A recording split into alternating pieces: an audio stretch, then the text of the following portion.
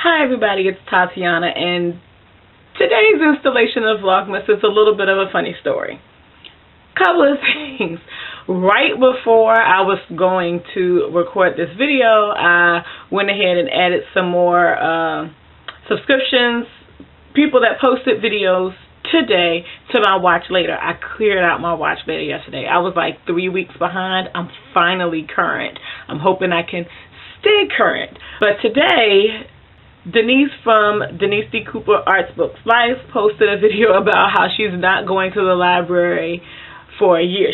And I posted that on her video. I said, oh my God, I was about to post the exact same kind of video, but it wouldn't be exactly the same because we're different. And on top of that, today's Top 5 Wednesday discussion or topic, objective, whatever, is the top 5 books that you definitely want to get to in the year of 2017. And those two ideas, the initial idea that I had of talking about me and my obsession with the library and the read your own damn books shelf challenge that I am wonderfully failing at this year, that was the initial reason for the video that I was going to record today. And then I saw Denise's video and then the Top 5 Wednesday video. I was like, okay, everything is pretty much lining up with what I wanted to record. But I had already decided to post my review of Wild Seed by Octavia Butler. So I went ahead and did that and said, we're just going to do this a little differently and combine the two. So to start with the topic of the library, I embarked on the challenge this year to read my own damn bookshelf. And the goal being to read the books that I own on my shelf, because one of the things that has happened with me joining BookTube is, for someone who has been, for almost all of my reading life, primarily a backlist reader, I've been reading a lot of recent novels. And the issue with that is, even though I'm buying them or borrowing them from the library, it still pushes the things that I really want to read on my bookshelf further and further back on my TBR list, because of course when you borrow things from the library, you have a limited amount of time in which you can read them. And presently I have 5 library books that I could still renew and attempt to read all over again, seriously, as soon as I start recording. Notifications start going anywhere. But that still keeps it above the priority of reading the books that I own. And the books that I own, I really want to read. Why else would I buy them, right? So my thinking is that in the year of 2017, instead of not going to the library at all, I am only going to go to the library once a quarter. Like, I need to I'm an addict. I need baby steps. It might take 12 steps. But what I have already decided to do is I'm going to take the 5 books that I have from the library and go ahead and return them. I know I'm not going to get to them before the end of December because of what my reading goals already are for this month. And it's unrealistic and unfair to myself to attempt to hold on to those books even longer, knowing that I'm not going to get to them and they're really just looking at me like, read me, boo. Read me. You might like me. Come on, read me, boo. If that doesn't work, and there's no reason why it couldn't work other than the fact that I have no self-control. And there are, because I watch BookTube videos and I am a booktuber, there are books that come out that I really want to read, and part of me wants to read it and be able to include my input while the book is in like heavy rotation, like for instance with the Book of Harlan that came out earlier this year by Bernice L. McFadden. I wanted to read that ahead of time or when everybody else was reading it because I love Bernice McFadden's writing, and so I wanted to be able to give my input on that while the book was still a hot topic. However, a review is a review is a review whenever you upload it, just like me uploading today a review for a book that was published 30 years ago almost. So I have to get beyond that, and it's kind of like going to this is funny because Denise used the example of a candy shop, but for me it's like going to a butcher shop and telling me, see that flayed pig, don't get no bacon. The fuck? It's not happening. So I need to not go to the library. And also that's part of the reason why I purchased my gift to myself for my birthday this year was my new Kindle, because I know I need to stay out of the library. I need to not go in, and to be able to use the Overdrive app, which I couldn't use with the old second generation Kindle that I have. So to be able to use the Overdrive app and not go to the library but still read current books if I want to, and not have the pressure of having the actual physical book looking at me in my face like I was about to give like the nastiest.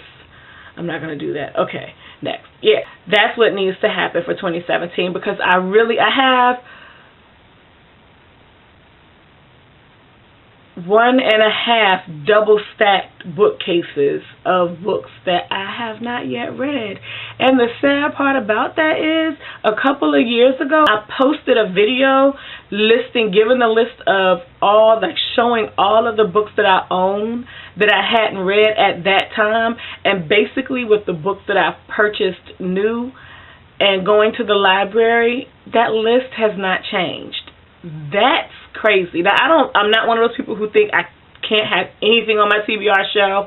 I need to get rid of, or go through and read everything that I already own. That's not what I think, and that's never going to happen, because I have no self-control when it comes to buying books. But the fact that I have books that I have been wanting to read for 10 years and they're still on my bookshelf and I actually own them, and I am truly intrigued with reading some of these books, it's a little ridiculous. Okay, everybody. After I've gone to look at my bookcases and the books that I haven't read yet, I am pleasantly surprised to find out that there are very few books on my bookcase that I have owned for over 10 years that I haven't read. So that is good news. There's one on the bookcase that's not part of this list, because I'm debating about whether I'm not going to read it at all. I'll tell you what that is. It's a V.C. Andrews bind-up of 2 books, Broken Wings and something else. But the books that I do have, I have 2 that are over 10 years old, and then the others are books that I have had on my shelf for longer than I've been on BookTube, or that I was really interested in reading right when I joined and haven't gotten to yet, and I really want to get to them. So the first is Wind Dancer by Iris Johansen. I love Iris Johansen. She's pretty much the only mystery detective author that I read, because I'm not into that kind of thing, but I always love her books, and I tend to average about 1 Iris Johansen book a year. I don't know if I read her this year or not. I've read so many books. I can't remember if I've read her this year or not, but yeah, I would love to get to this in 2017, because that would take my count of unread books by her that I own down to 2. The next is Red River by Lolita Tatamy. This was released in 2008, and I want to say I purchased this in 2009 or 2010. This is the sequel to Red River, Cane River, which I read a couple of years ago, and I really wanted to jump right into this. I will put my review of Cane River in the cards if you want to check that out, but I really, really loved Cane River, and this is supposed to be the story of part of her family from the other side of the river who were separated from each other during the slave trade. So I want to definitely get to this, because her writing in Cane River was just awesome. The third book, I am so glad that my aunt is not subscribed to my channel, because I think she would be a little offended if she saw this. But it's Daughters by Paul Marshall. I kid you not, I have had this book for over 20 years. I don't know why I haven't read it. I don't know why I haven't seen or wasn't interested in it when it was given to me. I literally have no idea, because I know why she bought this, because at the point when she bought this, I was reading books like Waiting to Exhale and If I Could by Donna Hill. So she saw the kinds of books that I was reading, and so she bought this thinking that it would be right up that alley. I don't know why I haven't read this book. It's a little ridiculous, but I need to read it. I mean, it's got wear and tear on the cover, and I have not read it. This is ridiculous. Next is Counting Raindrops Through a Stained Glass Window by Shirley Michaels. I started this, and this is actually 10 years. This has been on my bookshelf for 10 years. I bought this during the time of Walden Books, but I literally used to just go in the store when I got paid and spend $40. Like, it didn't matter. I bought this. I started it maybe about 5 years ago, and I think I got like 10 to 15 pages in and got diverted by something else. Who knows? But I never finished it. I don't even remember really what this story is about. So, yeah, I need to do this. The last book is one of the first books that I bought when I first found out a book about Book Outlet, and that is The Left Hand of God by Paul Hoffman. If you all are recently subscribed to my channel, know full and clear, almost instant cover buys for me are covers with men in hoods with weapons. And not like guns or something, but like swords or athames or bow and arrow. Man, hood, weapon. I'm going to buy it. And that's the only thing that I know about this book. It's led me in some really good directions. That's the reason why I read The Warded Man by Peter V. Brett, and that's like one of my favorite fantasy series. So I need to get to this. I've heard that the first book is really good, but the series kind of wanes off after this book in terms of how enjoyable the stories are. But I at least need to read the first book.